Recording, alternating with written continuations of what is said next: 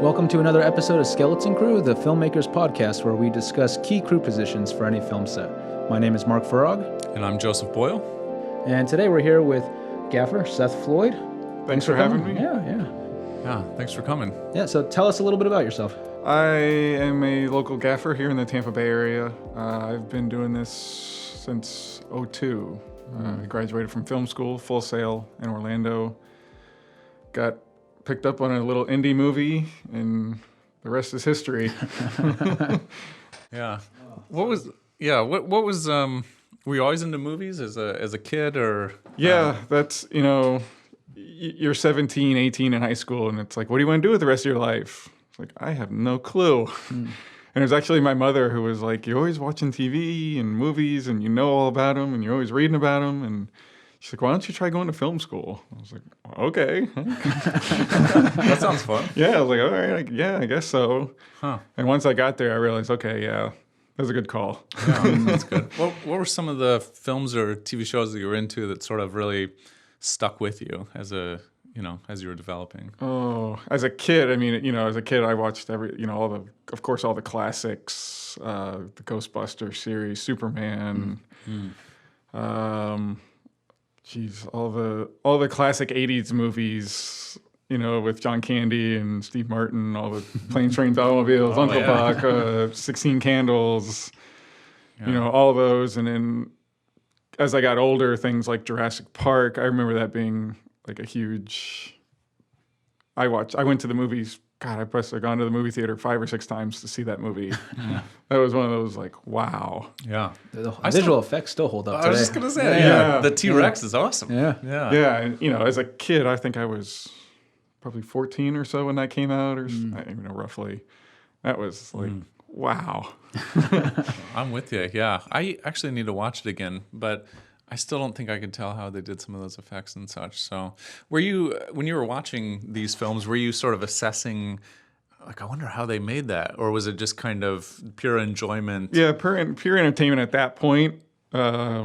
It wasn't until after I went to film school that movies got ruined for me. I can no longer really watch a movie. It's very rare that I'll just like enjoy a movie without dissecting the scene of how they lit it or technically how they would have shot that. Or I'm sure when you watch a movie with your wife, she's all about that. Stop talking. Stop assessing. That's great. I think you mentioned your mom kind of encouraged you to take on film school. That's something to me that's kind of like a foreign thing. Like some parents might look at a child and be like, filmmaking? Are you sure? It's like a wild goose chase, but it's great that you kind of fostered that interest. Yeah. I was very lucky with my parents that I think because my father always worked for himself for many, many years.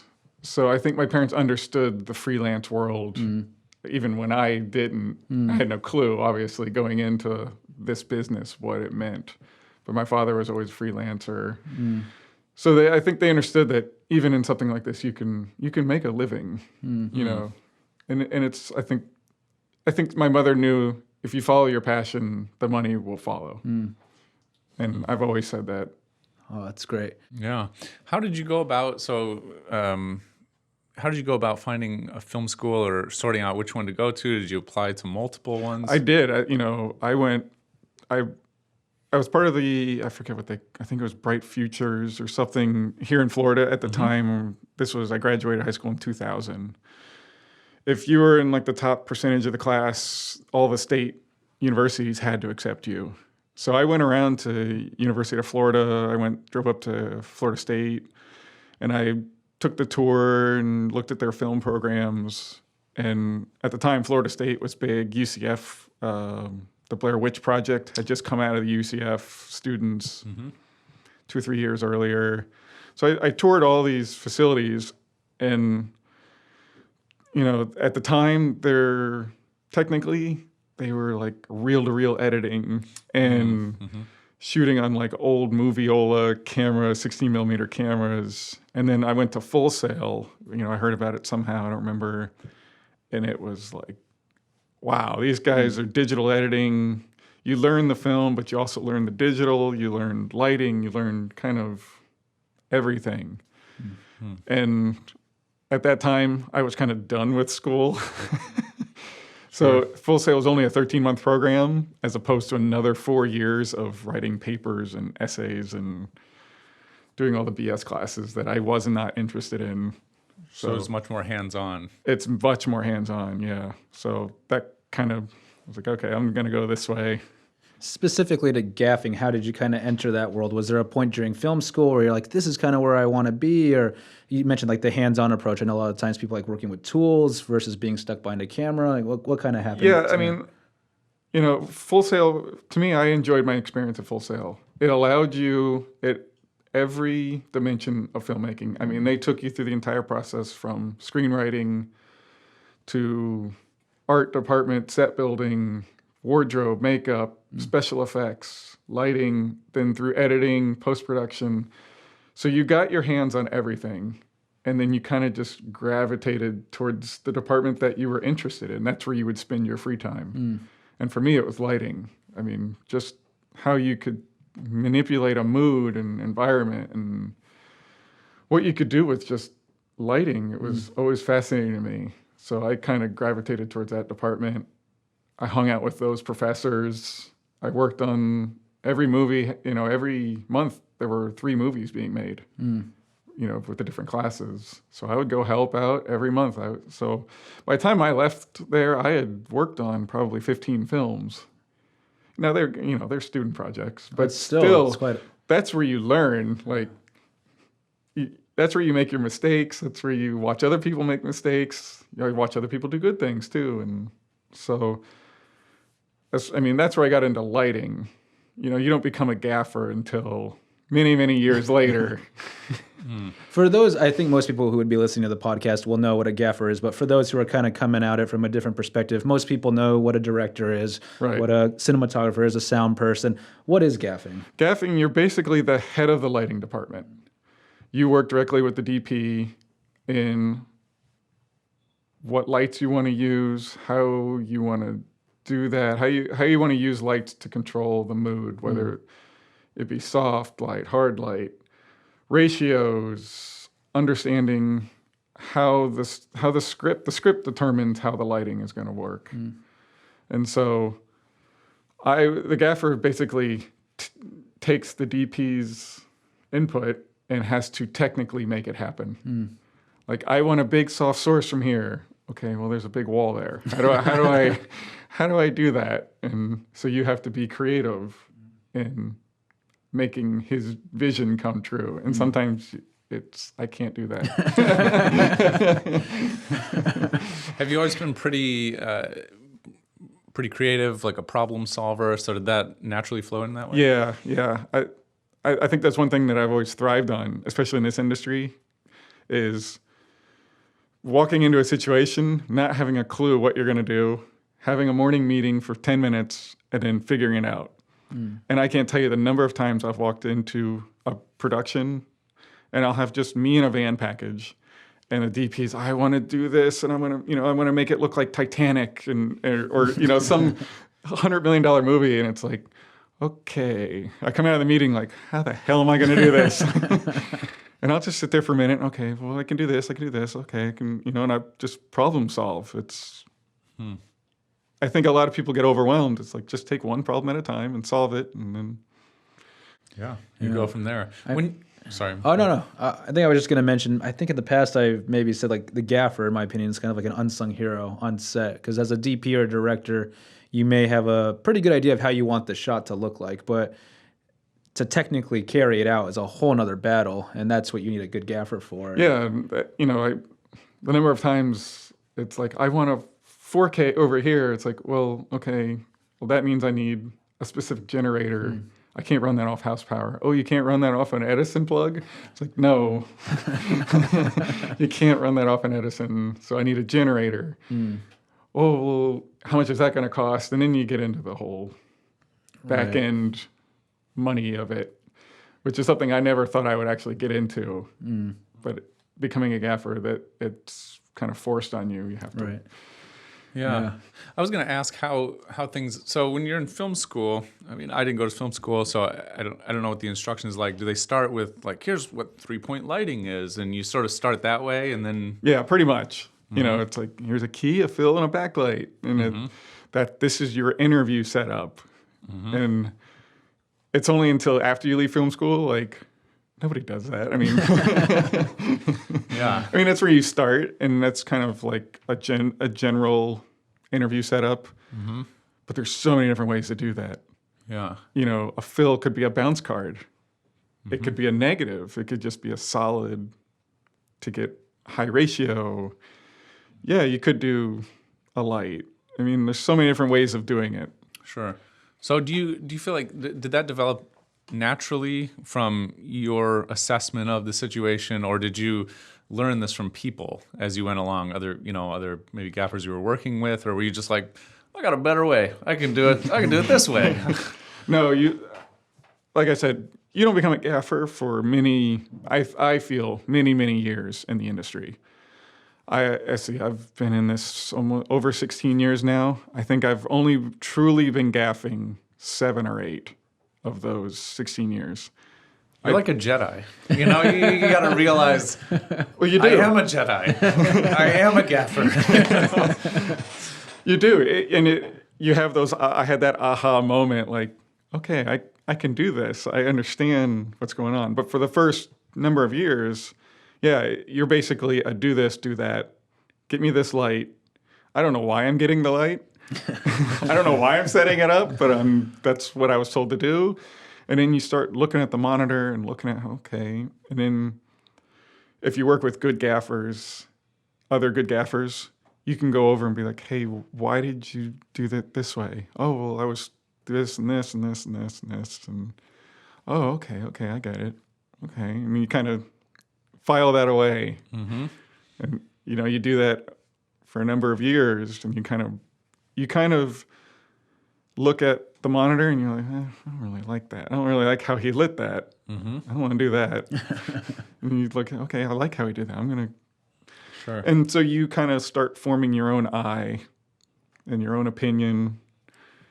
Yeah. So do you hoard that knowledge? Because I mean, I think all those bits of knowledge are hard earned. You know, you're on set for a long time, and so sometimes people will just ask you, how do you do this? How do you do this? How do you do this? And do you feel kind of like, well, I struggled for that, and I don't know if I want to tell you. Maybe you got to figure it out yourself. No, I don't feel that way. Yeah. I know some guys do. Who are these kids coming up who they think they're going to try and take my job? To me, it's like, you want my job, you can have it. I always say, you want my job, you can have it. You know, I've worked many years. I've worked tirelessly to build the clients, to build the relationships. If somebody wants to come in and undercut me, and a client wants to take some kid who's a year out of film school over me because it saves them $50, let them go do that. They'll learn the hard way. Yeah. Like, oh, he broke this, or he damaged that, or, it just didn't look how I wanted it to look. Sure. Yeah. So it's like, but no, if anybody asks me a question, I tell them. I'll tell them why I did something. I'll tell them, how I learned it. I think telling somebody and them learning it for themselves are two different things. Sure. Yeah. Yeah. There's the practical and the theoretical. Yeah. So I could tell somebody why I did something, and it's not until later on that they may make that same mistake and be like, oh, yeah, I remember him telling me that. This is why he told me that. Yeah. It's like an axiom for all of life almost. You tell people stuff, and then, they You actually try and pass your experience it. knowledge on to the younger kids. Gotta learn it the hard way. The kids. Yeah, the kids. I'm so old. Yeah. Well, anytime I've noticed that whenever you get, however old you are, whoever's below you are the kids. Yeah. So, when you're 70, you're like, those kids are like 67. Am I your kid? Like, Yeah, whenever I'm not with you, I'm like, that kid over there. No, you've only got a couple years on me. Yeah, only a couple years. So No, it's just I've been doing this so long. sure. Yeah. That, kids come in, they've been in the business 3, 4, 5 years, and they're like, I'm a gaffer. It's like, Yeah. I don't think so. You still got a little learning to do. Sure. No, that's good. I think it's good. I think it takes a long time. Well, it takes years, the old saying, it takes years of experience to have years of experience, certain number, Right. So, that's good. What I was going to ask, when you're on a film set, if I could say so, you were a very unusual gaffer in my view because you were very calm and just. It seems like you don't walk around with a big ego. I've been on sets where there are a lot of gaffers and grip guys are just shouting, and I've seen them kicked off set. So you kind of stand out, and I think it's great. And I think that adds to a healthy work environment. That said, like, what are some challenges you have to deal with sometimes, and like, how do you kind of find solutions for it? Have you ever had an issue where you just completely disagreed, or you had someone coming at you with an ego? I'm just kind of curious how you've dealt with situations like that. Yeah, I've had all that. As far as the ego, you have to I think that's where you have to be calm. You can't, you have to just kind of take a deep breath, let them get their frustration out, or let them think about it. I had one DP one time told me to just be quiet. I'm thinking. It's like, okay. So you just take a step back and you let them think, and they'll start talking, and what do we do, this and this, and yeah, we could do that. And, I'm sure you've heard me say it on set. We're not saving babies. We're taking pictures here. There's no reason to be yelling and screaming, Right. even when all chaos is going on and lights don't work and this and that. It's like, we'll figure it out. Yeah. We'll get to it. I understand there's a lot of money on the line. There's a lot of responsibilities, but being frantic and yelling, and it doesn't help it. It does not help the situation. So just be calm. That's It great. seems easier said than done. Like I It said, you does. stand out, and I think it's great. And It does. I mean, Yeah. I think it's one of those life things you have to learn in life. But I yeah, appreciate it. Best to stay calm. Yeah. Yeah. What are the basic tools of the trade of a gaffer? for a gaffer, light meter, color meter.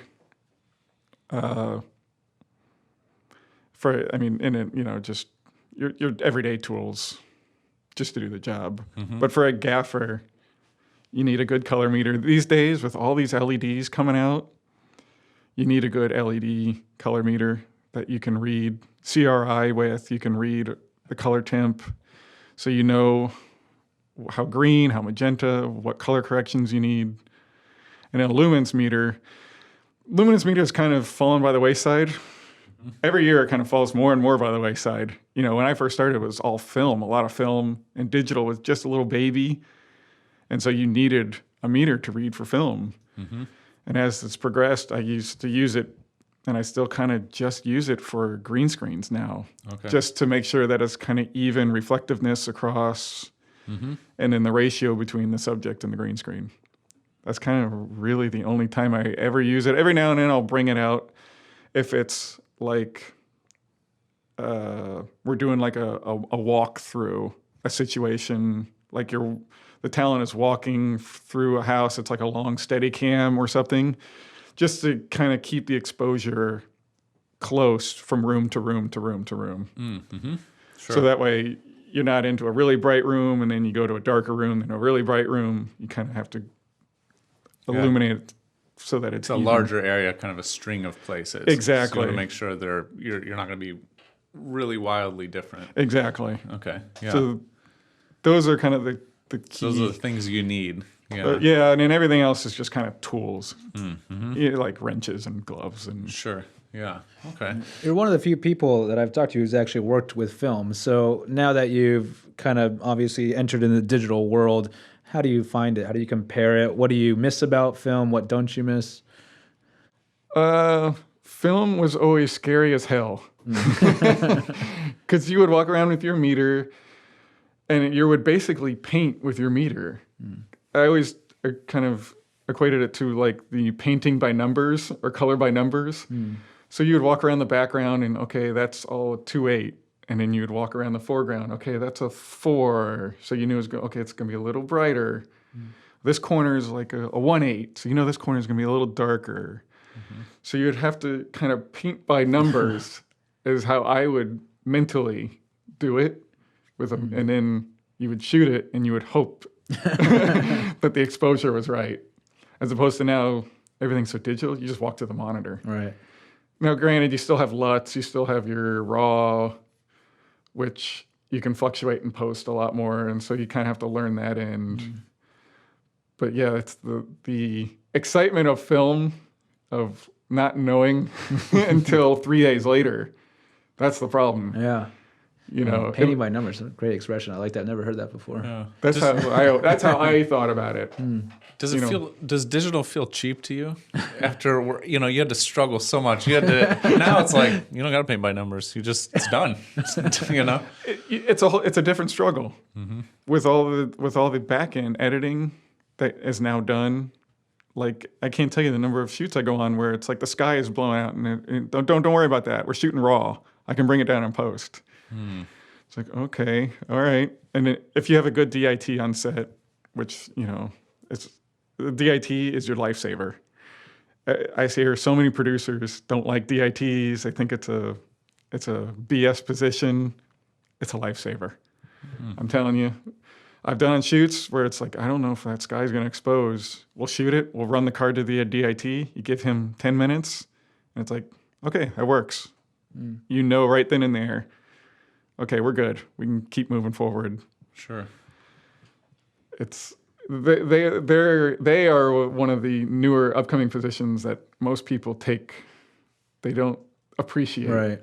So are they, I haven't worked with DITs ever. So are they assessing the image and like taking it into an editor and trying to pull down those highlights to make sure they exist? Or yeah, we've got a local DIT who I love him, and so me and him always get along. And so if I ever have any technical questions, I go to him, or I'll text him, or I'll call him. But on set, I'll hey, how did that expose out? And he'll show it to me right then and there, and he can make a mask and make that brighter. It's amazing what they can do right there on set. That's great. Yeah. And he'll, he can edit, he can color, he can do everything. So, to me, it's always one of those, like, I'm always hovering around his cart. Yeah. Wow. Because what he can do is magic to me. That's great. I guess that's how it is. A lot of times you think other people, whatever everyone else is doing is sort of magic. You're like, how are you doing that? And they're like, how are you doing that? Right. So it's cool to see that collaborative nature and that. We're all there to make a good picture. We're all there to make good image and make the client happy. So let's work together. Mm-hmm. In the last several years, I've always run into a situation on occasion where we have like an hour's worth of shooting with 10 minutes of sunlight left. I guess I'm curious, like, if you can kind of look at a scene hours, prior to that and be like, "There's no way we're going to hit this deadline." Oh, yeah. Like, what do you do at that? You've already shot your wide, or you already shot your close-up, or whatever it may be. And you're like, "No, that's not going to match." Or are you able to find ways to match the shots? Like, how does that all work? Yeah, I call it panic hour. Usually everybody tries to shoot an entire movie in the hour of sunset. Mm-hmm. Yeah, no, I remember one time we were shooting at this in front of this big building. It was I forget where it was. It was somewhere in Orlando. And the building was just nuclear. I mean, the sun was directly on it. It was like, this isn't going to work, guys. Mm. So I made the suggestion to the DP, let's shoot the scene in reverse, as in, let's shoot the close-ups. Let's shoot the tights, the close-ups. Mm. Then later in the day, as the sun came around, it went behind a tree and shaded the whole building. Mm. So we'll shoot the wide last. Oh, it's great to have that foresight. Normally people start with the wide and then always move in. So I said, okay, let's rehearse it for the wide. Right. We can even shoot, a wide just for a reference. Mm. But let's do the majority of the scene now, while we can do all the close-ups and everything, and I can control it. Yeah. I can control a waist-up shot. I can't control a head-to-toe on an 18 looking at a 20-foot high building, 30 feet wide. It's like, I can't control that. Well, that's great. I feel like that's something that will take a little while to learn and appreciate. And that's part of being a gaffer and DP. I mean, the gaffer and the DP have to kind of work together on that. Talk more about that if you can. I guess like your DP calls you up. So for instance, we just finished interviewing Javi, actually, great guest, and I know you guys work a lot. Yeah. Let's say Javi calls you up, or you have a gig and they're in need of a DP. You call him up. What's kind of your first conversation? First thing is, what's the script? Because the script kind of determines everything. What are they looking for? Do they want this to be bright and flat? Do they want this to be very natural, very moody? Are they okay with this? And so Javi, because we're talking about him, Right. he'll set up what's called, like, he does mood boards, and he'll give things to the clients, and they'll be like, no, I want this, more of this. And he kind of deals with the client end of setting the mood.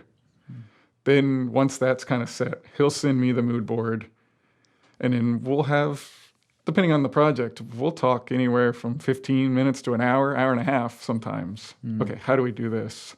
We'll go through shot by shot. How can we make this happen within budget, within time? You know, it's kind of a project by project basis, Right. but we work very close together. Now, Javi's and me, we work together all the time, so we have that relationship.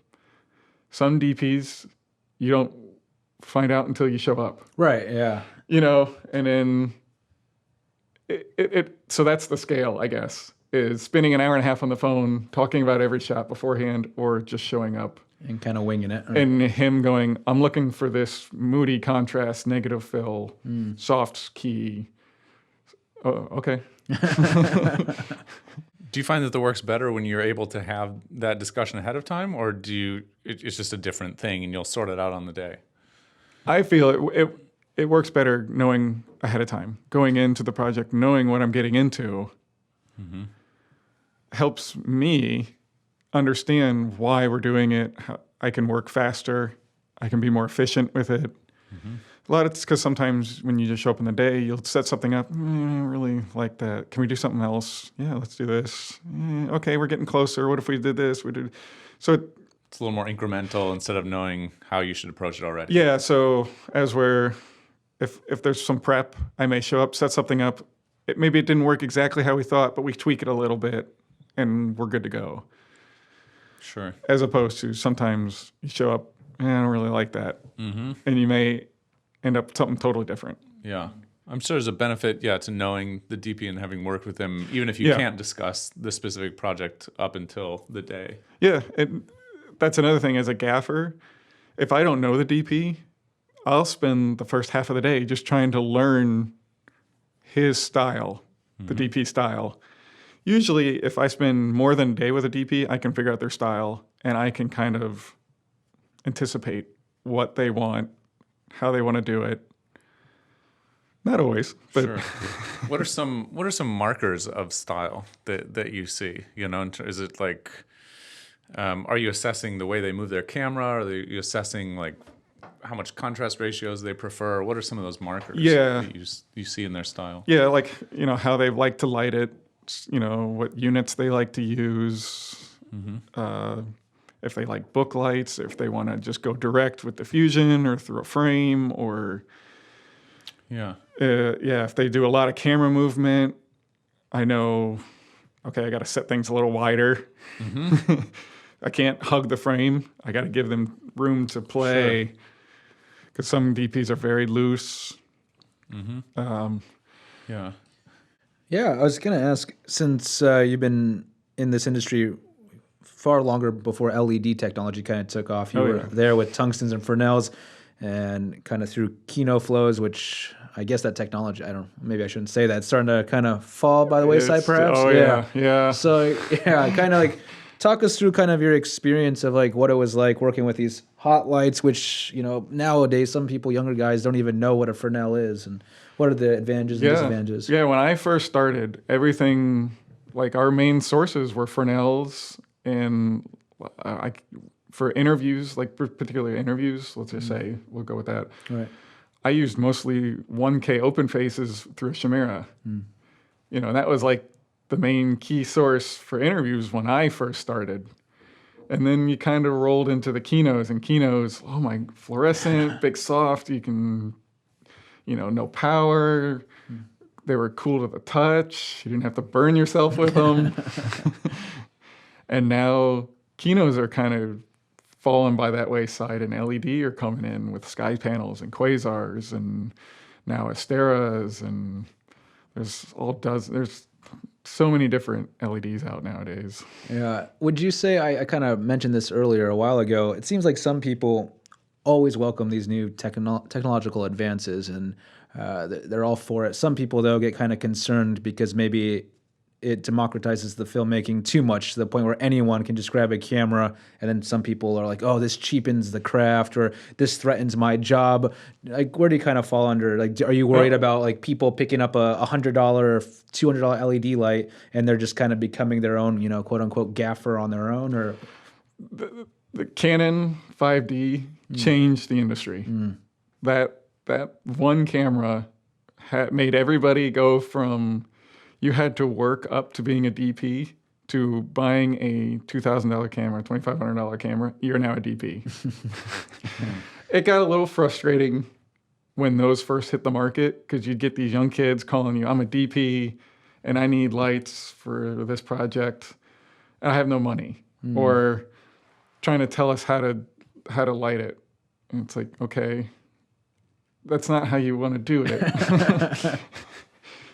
I mean, logistically, I can't bring in these lights into this environment. Like, we were shooting a thing in a wine cellar. It's like, we'll just get a 1K open face, and it's like, I can't bring a hot light into a wine cellar because that throws off the humidity and the temperature of that wine cellar. It's things like that. So things you don't think about until. I think, yeah, maybe I learned it from you. We were on a set, and I think we were working with some type of hot light, and it was a low ceiling, and it had the fire sprinkler similar to this one up here we have in this room. And I think you'd mentioned like never to point the hot light at it because it could activate. Then that could be a big problem, obviously. Yeah. And we've done that before. and you learn that from experience. I didn't do it, just for the record. No, now every time I'm always conscious of that, so I appreciate the tip. So it's little things like that are nuggets of wisdom. Yeah. Getting back to your question. Yeah. Though, no, I embrace the new technology. When sky panels came out, that changed everything too. That, and some of the Kino flow, the old style gas igniting bulbs are kind of fallen by the wayside. Even Kino is now going into the LED world, which is good, because you can control not only the Kelvin, but the green and the magenta, which is a lifesaver. If I don't have to take a guy off my crew for an hour, or two guys off my crew for an hour to gel an office building. I did a job where we were shooting in an office building. We were seeing the entire office building. That was kind of the gag. So I had to leave the overheads on. So I just brought in 6 sky panels, took my color meter, read the overheads, what they were reading, and then I matched the sky panel exactly to that. Fluorescent, the degrees Kelvin, the green, everything. And I didn't have to, we could go. We walked in, and within 45 minutes, we were shooting. Oh, that's great. As we're in the old world, you would have had to have either replaced all those bulbs, which meant a guy or two on a ladder for an hour or two, replacing every bulb and or gelling every light, or I'd have to gel all of my lights and put green on all my lights, which I hate doing, because then you're throwing a green contrast on the person. That I don't like doing that. Does it affect? So if let's say the lights are sort of green, and then you're turning up your green on these lights, does that affect the skin tones in the same way though? A little bit, but not so much, because these new cameras, you can white balance to it. And so once white balanced, white is white. In theory, sure. There's different arguments to that. But if you have a good DIT, which for that particular job we did. So we set all the lights, we did a white to white, we did a camera test while, all the talent, because there was a lot of talent. So they were all in makeup and wardrobe. So we had time to do a camera test, ran it to him. He checked out the skin tones. Everything was fine. Have you found yourself having to kind of change up your lighting depending on the camera specifically being used, or also maybe lenses? Because obviously certain cameras have more of a digital, clinical look to them. Some have like a more film-like look, especially with lenses. I know that's definitely the case. Like I know like Airy, a lot of times people equate it to like a very naturally filmic grain or filmic quality, whereas reds are a little cleaner. So I'm curious, like, do you often use like less diffusion or more diffusion, or how does that kind of work? Not so much anymore. When digital was first starting, red one, I don't even remember all the different reds now, but the first 2, 3, 4 versions of red, they were always very green. And you just knew that going in, so you would have to kind of adjust to that. But nowadays, between the minis and all the new red styles, and now even the Canon, I think, Like the C200s and C300s and such. Yeah, that's it. Yeah, the C100s. I don't remember if C100s had an issue, but yeah, now that we've Canon has even gotten better and better. Right. That's not so much an issue anymore. So, and I know some cameras need more light than others, but most of the time we can manipulate that. Right. I usually ask what we're shooting on just so I kind of know the level of which I'm working. If it's an out-of-town client, so what are we shooting on? Well, if it's a 7D or a Mark II, it's like, okay. Yeah. As opposed to, I'm bringing in my Alexa Red or or Alexa or something. It's like, okay, this guy, I kind of know his level of DPing. Sure. Yeah. Not to go out in a rabbit hole here, but sometimes we're trying to figure out. There's like so much talk about whether or not certain cameras are more cinematic than others, and for someone who deals with light and constantly looking at an image and trying to make it more cinematic, whatever that word may be, because I know that's kind of a loose word these days. Yeah. But is there like a certain camera that in your eye looks more cinematic than another? No. Okay. To honest, no. Yeah. The lens is what does it. I've seen very, very high-end lenses on a Mark II, and it looks awesome. And I've seen very, very crappy lenses on an Alexa, and it looks like a video. Right. It looks like a home video from the 90s. Like, what the hell? From my opinion and my experience, it's the lenses. Oh, it's interesting. We were talking a little bit about that as well with Javi, and that's something I'm trying to learn more about because I used to think I think I put too much weight in the camera sensor and not enough on the lenses. So no, yeah. Do you have a certain... of course. Yeah. There's fine things, right. If you get yourself a good prime lens, I think you can and you can make things look fantastic. Yeah. Yeah. So do you notice? I mean, I know you're working more with lights and such, but do you start to get the feel for different lens sets when you're Oh yeah. So do you have a preference of different brands or styles? Anamorphic versus no. Yeah. I mean, I know like the Cooks. The Cook series are really good. I know they just came out, I think, with the S7s or something like that. Yeah, the full frame or the full frame, the LPF. Or what is it? The larger format. Yeah, so you would know more on that end than I would. Yeah. But I just worked with those. I know a local DP just bought those. So I just worked with those, and they're pretty good. They're beautiful lenses. I know a couple other sets around. But I kind of know like whose lenses. Oh, these are so and so. Okay, sure. Yeah, gotcha.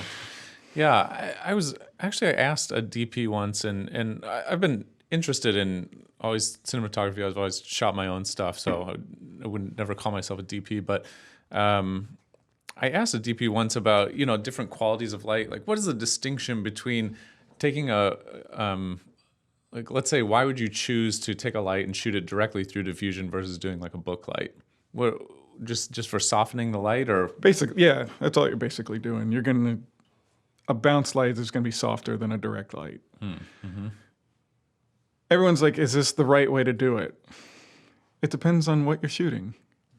If you're shooting an interview for a drug company, Yeah, you probably want it to be just soft, and if it's an older talent, you want it to be as soft as possible to kind of fill in the wrinkles and so you don't have any hard shadow lines. If you're shooting a horror movie, yeah, I want to put a strong Fresnel lens up with very little diffusion. Okay, yeah.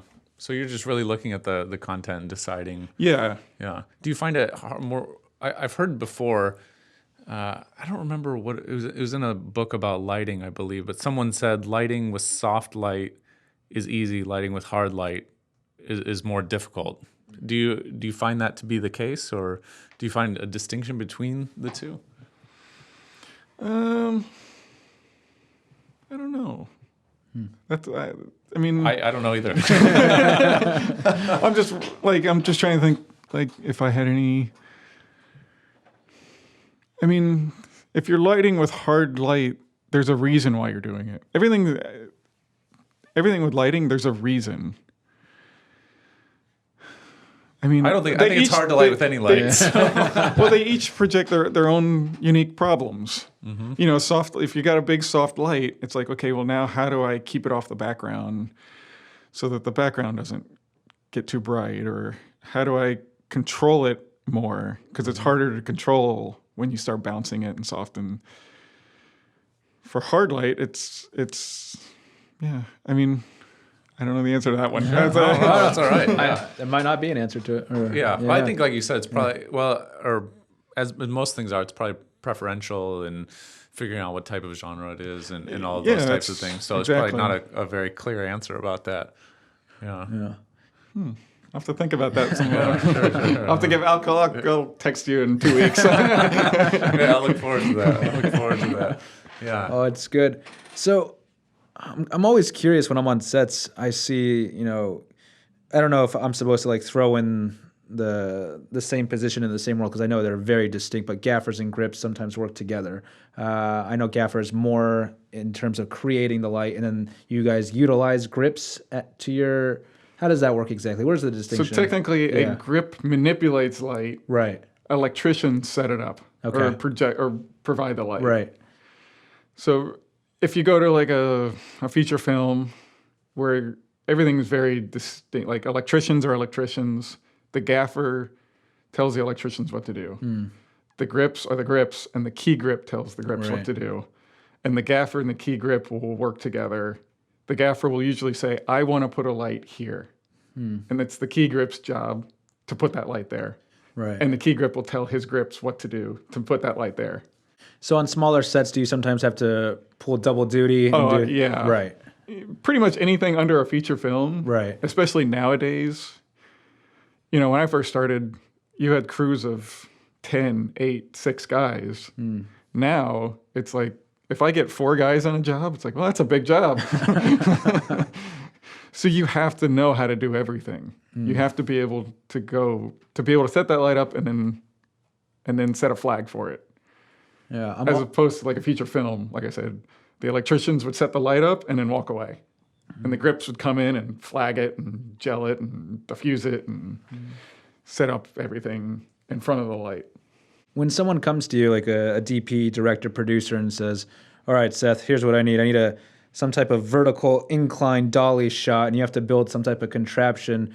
Like, what's the first thing that goes through your brain? Like, are you like, oh shit, this is so ridiculous? That would be under a key grip. Right. But sometimes, since you have to kind of pull double duty, are you like making these contraptions at times? Yeah. Sometimes. So you have to be pretty good with MacGyvering and that kind of thing. Yeah. Yeah. I mean, I was just on a shoot a couple of weeks ago where they forgot a hi-hat. And they're like looking at all the crew like, how do we make a hi-hat? Well, going back to what we talked about earlier, when I first started in the business, I was on a job where a guy forgot a hi-hat, and the key grip built a hi-hat out of apple boxes and a 1-inch ear, and you ratchet strapped it all together. And I remembered that setup. God, that was 12 years ago. Sure, yeah. I'm like, I can do this. I know how to do this. And they're like, how do you? And I went and got all the parts and I started building it. And they're like, oh my God, that's brilliant. Wow. That's great. It's just that, cumulative knowledge over the years. Is there a type of set that you prefer to be on, I guess, in terms of like genre, corporate, commercial?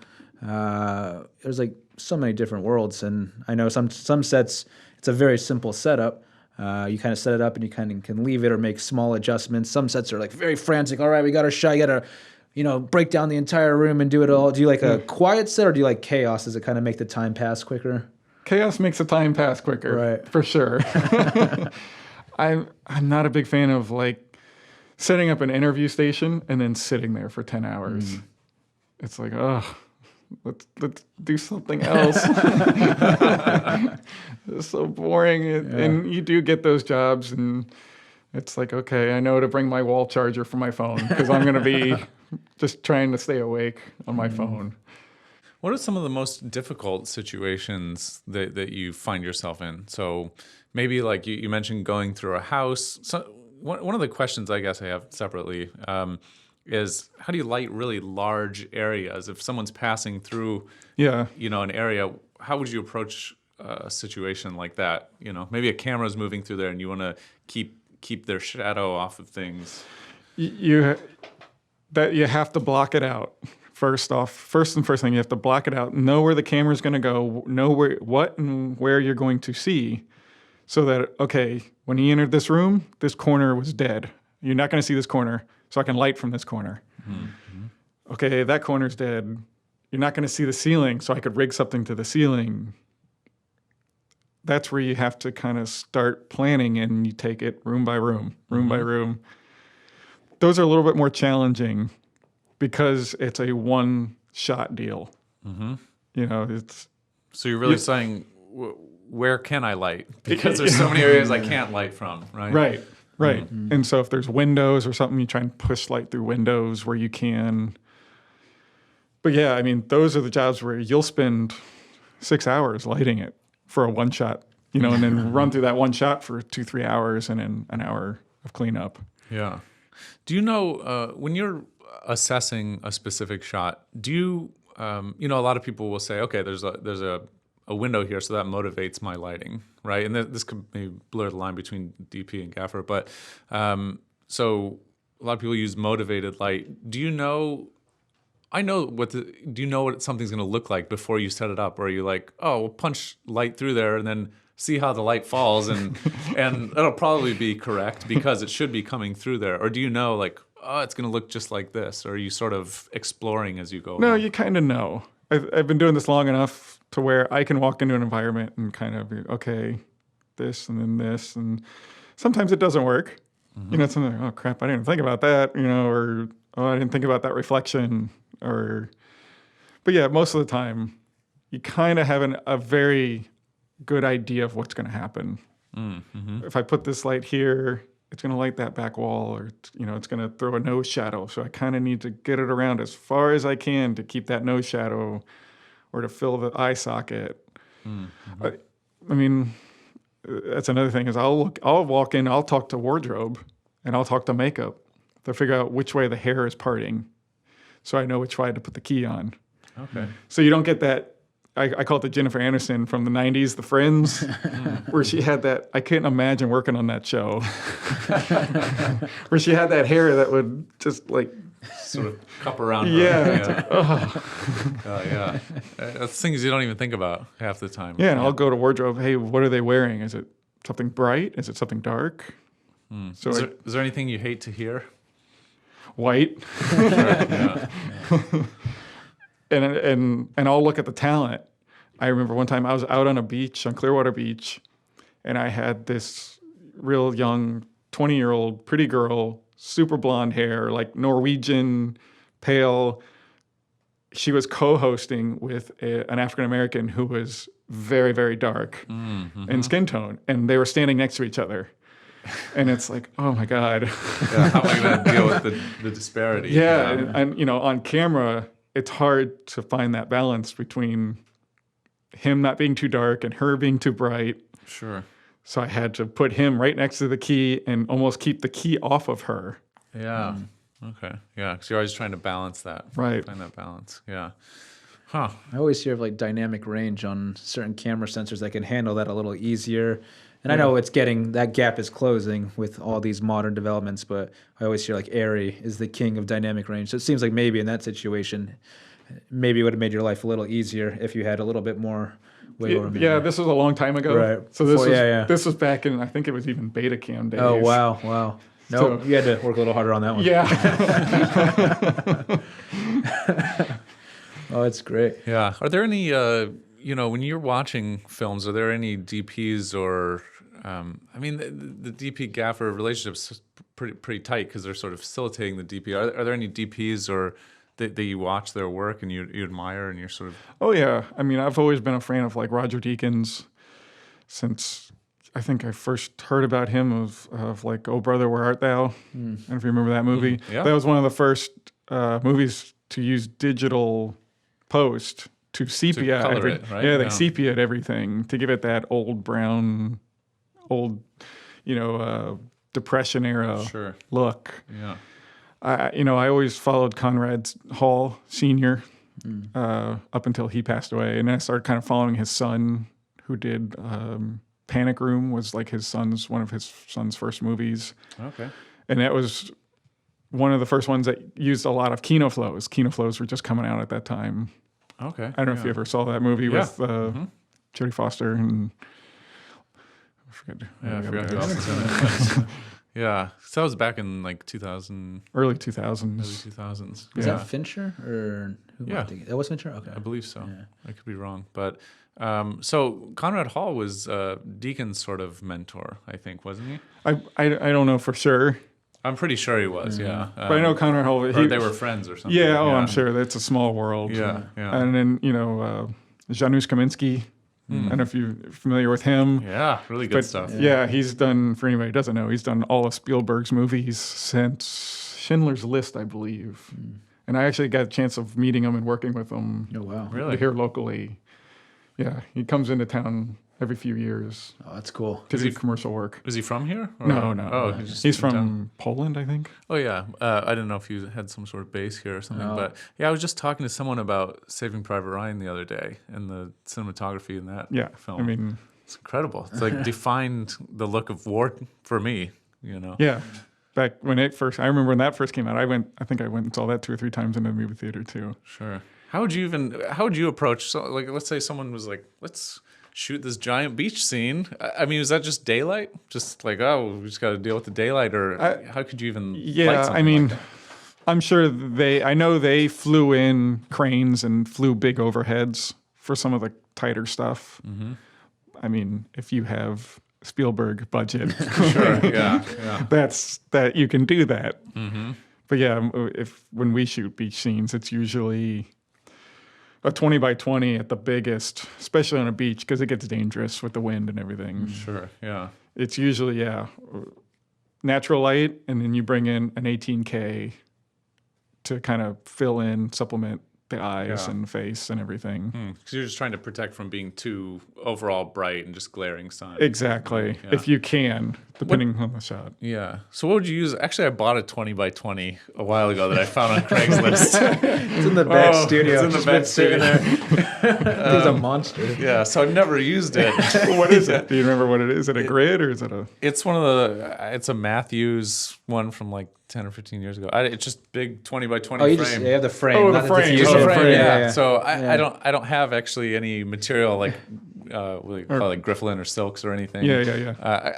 I can't. It's so expensive. I'm like, I don't even know when I'm going to use this. But it was a good deal. So Well, I mean, you could put it up in your studio and put lights through it. As Sure, just yeah. like a general ambience. I mean, we do that in some of the bigger studios here. sure. Yeah. I thought about just buying a bunch of like shower curtains and sewing them together and just sticking them up there. Oh, that would be a visqueen. A visqueen. Yeah, Okay. I mean, back many years ago, that's what it was. Okay. We- Yeah. I've always noticed It's like people would call it a shower curtain. shower. Yeah. Oh. There's always such That makes me strange feel a little terms. better. Yeah. You could do it. We could swing by Walmart. Yeah. I'm sure we will. There's visqueen, duvetine, and then once you get into like lights, babies, juniors, tweenies, what a into Teenies, bikinis. in-betweenies. It's like how do you? Yeah. Well, I mean, I love the name of the mole lights, you know? They're- some of them, blonde. You got blondes and redheads, Yeah, and midgets, which is a dead term now in the PC world. Sure, yeah. But yeah, midget used to be an industry term. Yeah, the film school, the film world has so many strange terminologies. If someone came in and heard them and all on a string, you just wouldn't even understand what was going on. We're always, put that baby on a butt plug and, with a pigeon. Get a midget in here too. Gosh. That's another thing is working with DPs from basically all over the world. You have to learn different terminologies. I don't know if you know what an onky bonk is. No, what's an onky bonk? Well, it's a bounce board clamp. I think that's the technical name. When you're buying it, it's called a bounce board clamp, but it's got onky bonk, duckbill, is it like a duckbill, or is it? Okay. No. And then I had a DP one time, hey, give me a Mick Jagger. Okay. What's a Mick Jagger? The big lips. It's good. Oh, yeah. Like, oh, God. Oh, jeez. That's funny. Yeah. I'm sure that's something with experience. You just learn over time all these different terms. So, that's funny. It's all interesting stuff. So, you kind of learn what things are called around the world, especially like British DPs, sparks and... Oh, yeah. Okay. I've heard that. Yeah. Oh, are you a spark? It's an electrician. Yeah. They just got so many strange terms. I know Joe's dating a British lady, and some of the terms I'm hearing on occasion, I'm like, can't make sense of it. I'm like, thank God we separated. Yeah, that's true. They do have a lot of strange... I mean, I don't know in the film world, really, but... Yeah, I'm sure. Nothing against British people. Just I got nothing. I'm sure our language or our terms are very strange on the other end. So not as strange as theirs. I think it's whatever you grew up with. Yeah, sure. That's true. Do you have any? Do you ever work on like indie films or like really low budget stuff? That's Do you have a passion? Because it seems like. What drives people to work on those projects is just a passion to see something quality being made. Is that something that drives you, or is it? There's a weird line of distinction between I gotta, obviously make a living, but then you want to make something quality. I mean, is that important? Yeah, I don't mind working on free projects if it's something interesting, something cool, something different. It's when people come to me with the same old, and expect me to give up a weekend away from my family. The script is kind of not really. And it's like, oh no, but it's going to be like horror and blood and guts. It's like, yeah, I mean, I've done those. That's how I got started doing those. So I don't mind working on them, but they got to be interesting to me. Sure. It's got to be something different. It's got to be a psychological thriller. It's got to be an interesting location. We did a water thing. I don't know if were you on the thing at the... I'm not sure. Yeah. But we did like a whole swimmer in a water at night in a big Olympic pool. I had to light up the Olympic pool at night. So I was like, okay, that could be cool with underwater scuba divers, and it's like, okay, that could be fun. That could be cool. Yeah. I don't mind helping out with something like that. Sure. Yeah. Okay. No, that's good. Yeah.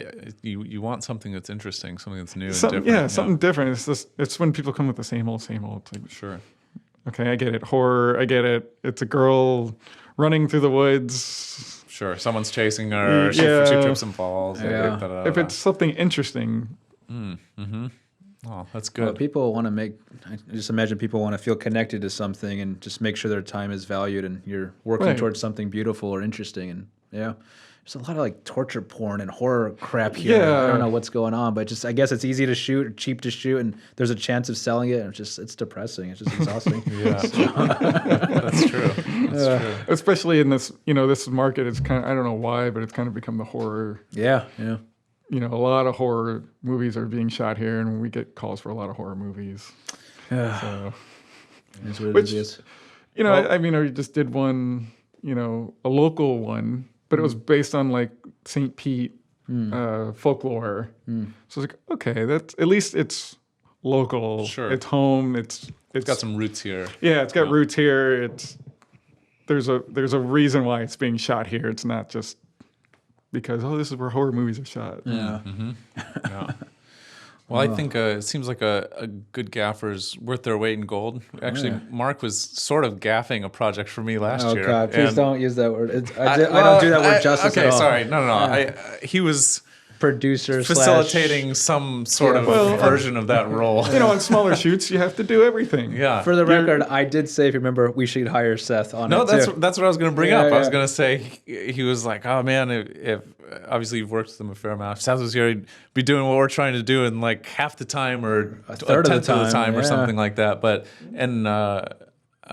so I can appreciate that. I've never had really the luxury of having Oh, someone. it's great. who's been I've noticed night dedicated. and day difference of, just like Seth worked on lower budget stuff and higher end stuff, and the gaffer, in my opinion, can like make or break it just in terms of speed and efficiency and whether or not you're going to be playing catch up at the end of the day because they're not able to do it in a reasonable amount of time. Yeah, I agree. But I think you can say that about any position. That's true. You know, every position on a film set is valuable.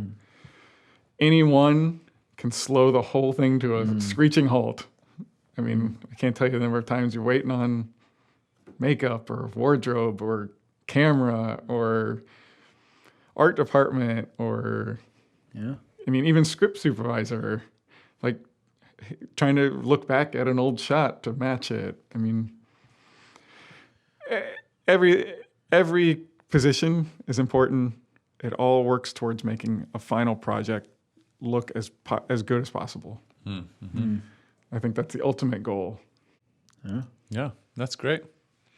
Do you have like an online presence that we can point people to? I don't know. Instagram or something. I mean, I'm on Instagram, V Films. Okay, cool. I'm public.